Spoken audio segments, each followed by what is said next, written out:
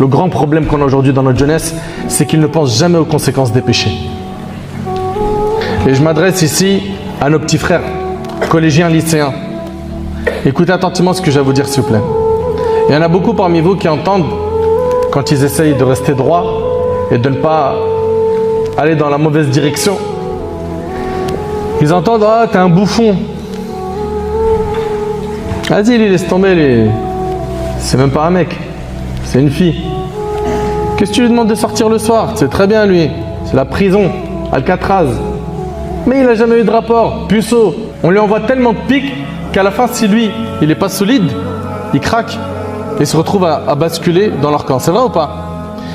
Ces petits frères et ces petites sœurs, ce que j'ai à leur dire, moi, c'est que ces gens qui disent que vous vivez dans une prison, eh ben, acceptez ce terme, ok? Et concentrez-vous sur vos études. Concentrez-vous sur vos études. Vos parents, par la grâce d'Allah Azzawajal, ils ont, eux, mâché le boulot pour vous. C'est-à-dire quoi? Toi, tu n'as pas à aller travailler pour payer le loyer, l'électricité, n'est-ce pas? L'eau, les vêtements. Ton père, ta mère, ils s'occupent de tout. Ton repas, il est prêt.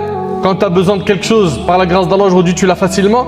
Et j'en parlais avec certains de mes amis, je leur disais, je crois que c'était hier, je leur disais, moi quand j'étais jeune, aujourd'hui j'ai 40 ans, quand j'étais jeune, quand j'étais au collège, Wallahi l'azim, je le jure par Allah, qu'on avait le droit à un seul survêtement par an. Mon père, il n'avait pas les moyens. Et moi, pour moi, c'était un kiff. Je me rappelle quand j'allais avec lui à Gosport, c'était un Eid. Quand on allait acheter un survêt, c'était un Eid, c'était une fête. Un par an. Et je sais qu'ici, j'ai certains grands frères qui sont là. Peut-être ils ont vécu la même chose. Et aujourd'hui, regardez les jeunes, ils manquent de quelque chose aujourd'hui? Ils manquent de rien. Papa, il me faut un pull. Dans la semaine, il l'a. Je veux un manteau. Dans la semaine. Je veux une paire de baskets. Dans la semaine. Même s'il va serrer la ceinture et il ne va pas manger. Le père, il sacrifie. La mère, elle sacrifie.